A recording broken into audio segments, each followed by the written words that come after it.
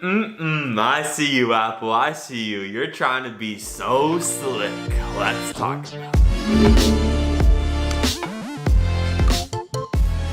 This right here is MWG Tech, where I bring you the latest and greatest tech news every single day. And today, Apple just dropped a product on us, and sadly, it is not the good old AirPower. It is smart battery cases for the iPhone XR, XS, and XS Max. And somehow the XS battery case does work for the iPhone X. And weirdly enough, if you want to buy a smart battery case from Apple directly for the iPhone X, they don't directly make one for the iPhone X. Apple doesn't make one, but other companies such as Mophie, they make a pretty good battery case for the iPhone X. But that's a lot of babbling there on some smartphone cases. But what is slick, like I talked about in the beginning of the video, is that once these smart battery cases were slapped on Apple.com on their website for sale, AirPower was mentioned. It was said that this battery case is compatible with Qi wireless chargers, and it said AirPower is included in that.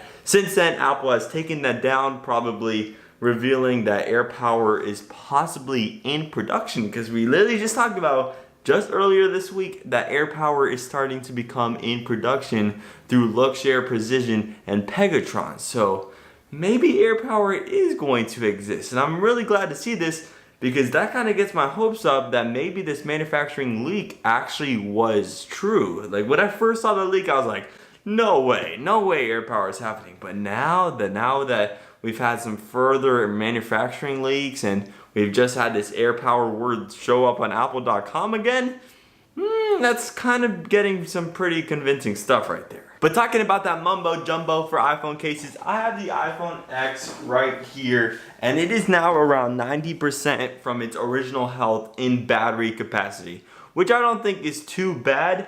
But now if you want to replace your battery for your iPhone X, you're going to have to pay $80. And for any other iPhone model, it's going to be $60. And this is up from the $30 that you would have had to pay all of 2018, because if you do not remember, Apple had this special battery replacement program because they got caught that they were kind of throttling iPhones with older batteries, that whole story, blah blah blah.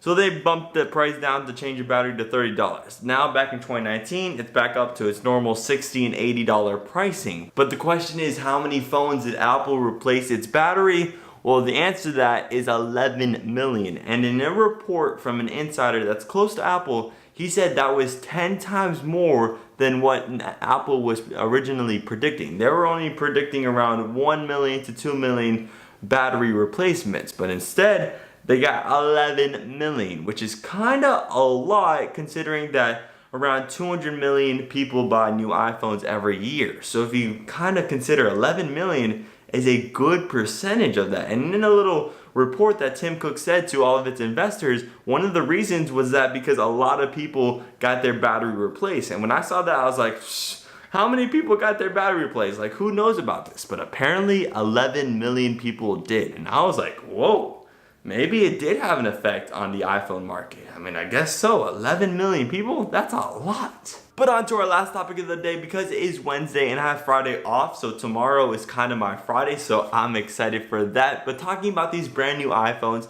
just earlier this week, just like the AirPower leak, we also had a little render coming from this guy named, I'm not going to pronounce his name, but this guy made this render and it just spread all across through the internet, and that was this iPhone right here. I'm sure you saw it. I just made a video about it a couple days ago, and it's this triple camera setup that's in a form of a square on the back. But this guy just made a brand new render a couple days ago. Now he's kind of putting it in a vertical horizontal setup in the middle. So instead of the camera being vertical like this, it is instead horizontal over here in the middle, which is interesting. And this guy is also reporting, because he's an insider, that the Apple triple camera setup is going to include two cameras that are one going to be 10 megapixels and another one is going to be 14 megapixels. And he also said that it's not going to come with USB-C. I don't really know if I trust this guy, and I definitely do not trust those two renders, because there's no way Apple is going to make a phone with a horizontal camera setup in the middle like that. One camera here, another camera here, and then an LED flash circling a camera.